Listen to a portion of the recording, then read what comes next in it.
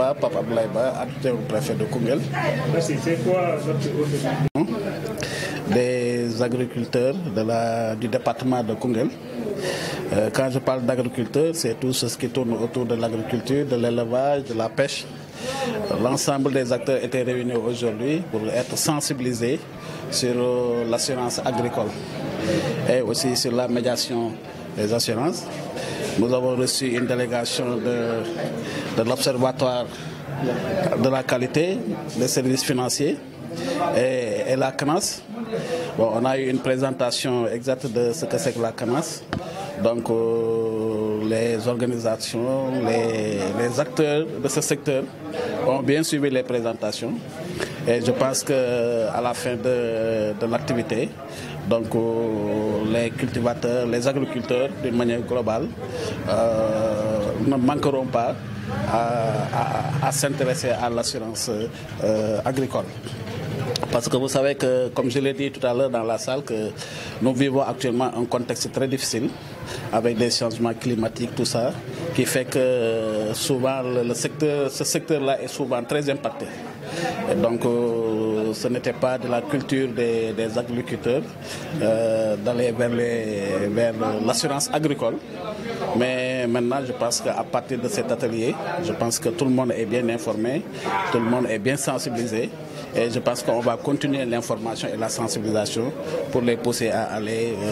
vers ce secteur de l'assurance agricole. Avec l'Observatoire de la qualité des services financiers, avec la CNAS, nous organisons une rencontre d'information et de sensibilisation des acteurs du secteur de l'agriculture. Madame, moi, ñëpp ñu nekk ci mbay mi, baykat yi, éleveurs yi, ñu nekk ci pêche. Donc pour waxtaan ak ñoom pour que informer leen, sensibiliser leen pour ñu xam assurance agricole. Parce que dañ naan dégg yeneen assurance yi, assurance auto, assurance leneen ak leneen,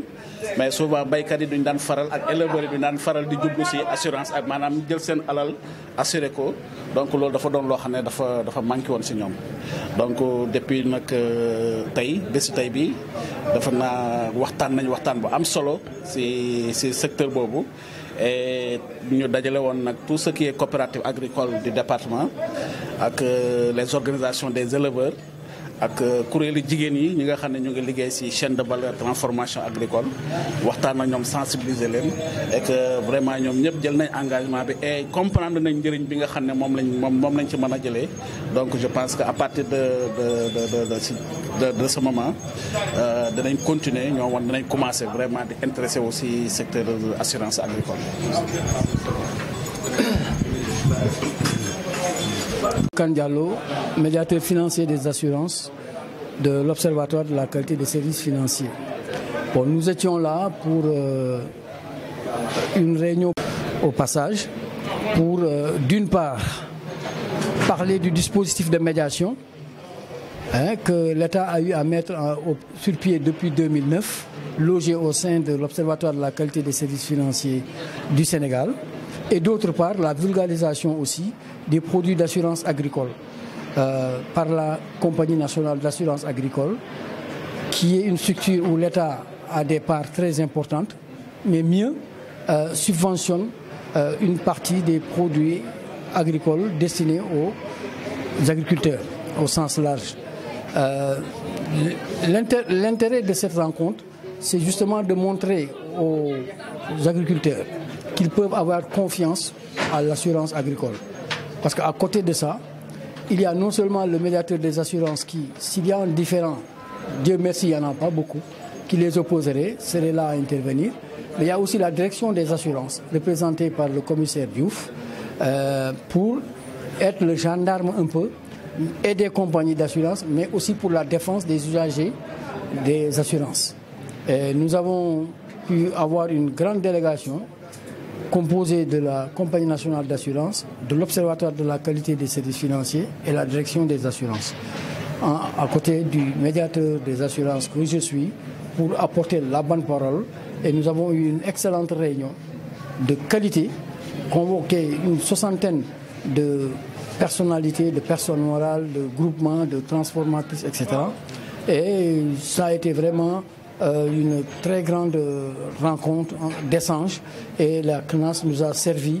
un agréable et véritablement des idées, un agréable discours, mais surtout des idées pertinentes pour pousser tout le monde à prendre l'assurance afin que la résilience des populations soit une réalité. Mina Amadou Kandiallo, médiateur financier des assurances Arnaud Hande, ardu des délégations Timoudo et de tawtere des préfets et wondi des compagnies nationales d'assurance agricole woni ko ganduɗa ko enen wona éleveur en wona cultivateur en wona pêcheur en oɗon poti ƴettude on assurance comme ça so wonko heewi janggo assurance wawa darade fajan mon sohla o ko ɗum addunomi mbeɗa ardi ɗon donc e compagnie nationale d'assurance mbeɗa arde directeur des assurances e expert uji men wonɓe OQSF fof pour addande mon konngol ngol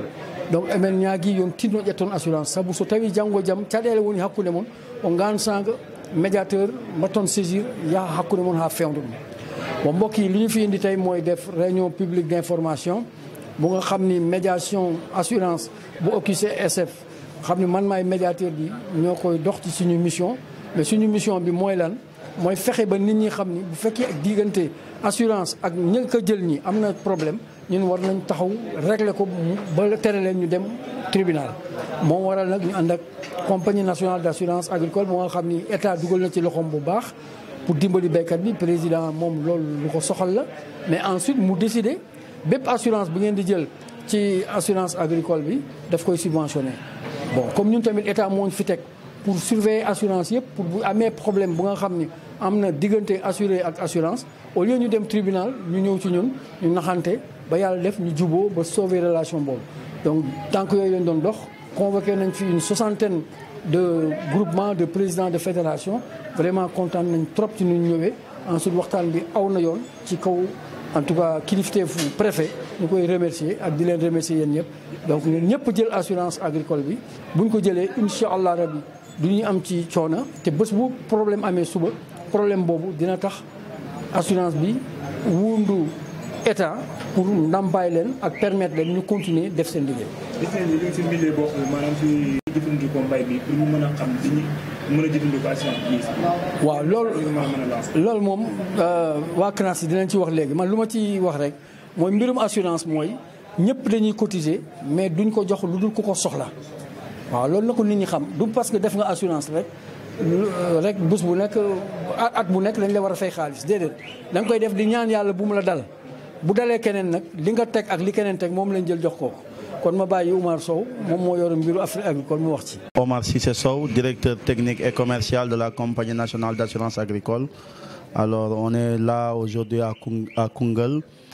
pour participer à une réunion publique d'information que monsieur le préfet ici présent a bien voulu présider. Cette réunion a été commanditée par l'Observatoire de la qualité des services financiers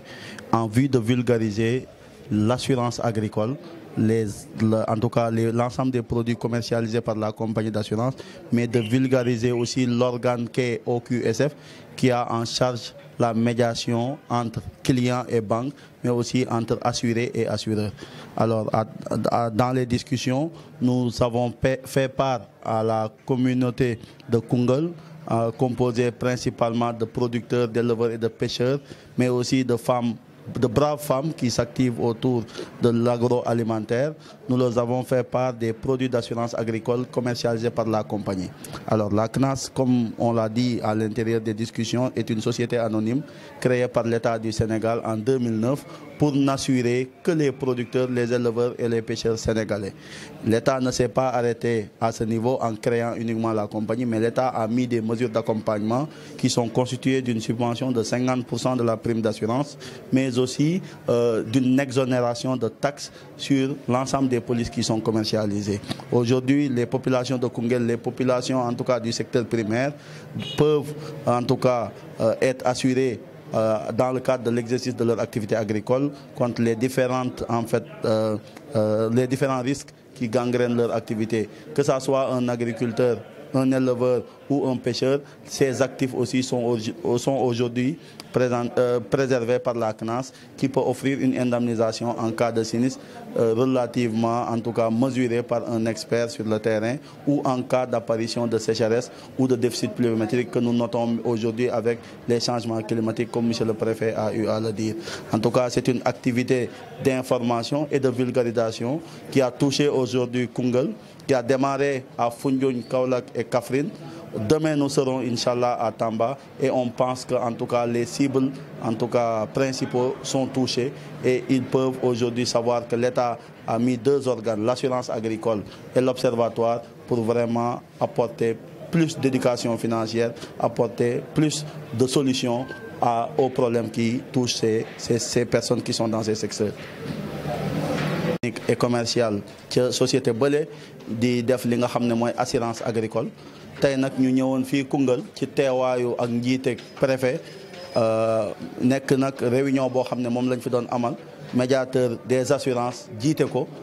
muy observatoire de la qualité des services financiers nga xam ne bànqaas la goo xam ne nguur gi moo ko fi teg ngir muy wattu ak di dox ak di rafetal diggante assurance ak clientam banque bi ak clientam ñu amaloon fi ndaje nag ngir waxtaan ngir xamale population Koungheul lan mooy assurance agricole, parce que assurance auto rek la nit ñi di dégg waaye ñu xam ne tey assurance mbay am na assurance càmm gi tamit am na. Donc loolu benn pàcc la. Ñaareelu pàcc bi mooy xamale woon tamit population Koungheul ak population yi nga xam ne ñooy yëngatu ci wàllu mbay meeg càmm gi ñu xam ni gannaaw ba nga xamee ne nguur gi taxawal na leen société bu leen di assurer, taxawal na leen tamit ak kuréel goo xamante ni mooy laaye biir di dox seen digganteeg assurance yi bu jafe-jafe naree am au lieu ñu koy yóbbu fële ca tribunal di yéeg ko wàcc moom mu taxaw rataxal fexe ba wax ak assurance bi wax ak client bi ba ku nekk li nga warloo ak sa morom nga fexe ba respecté ko. Donc loolu mu nekk nag liggéey bu am solo buñ fi doxal def nañ ko fële ca Foundiougne lañ ko tàmbalee jaar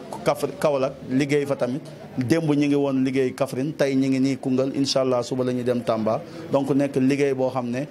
du tey lañ ko door di sant nag di gërëm bu baax autorité vraiment administrative yi nga xam ne ñoom ñoo amal ndaje bi waaye ñoom tam ñoo ko présider taxaw. Préfet Koungheul ñu ngi koy sant bu baax ndax dafa toog ba réunion bi tàmbalee ba mu jeexee di sant médiateur moom mi nga xam ne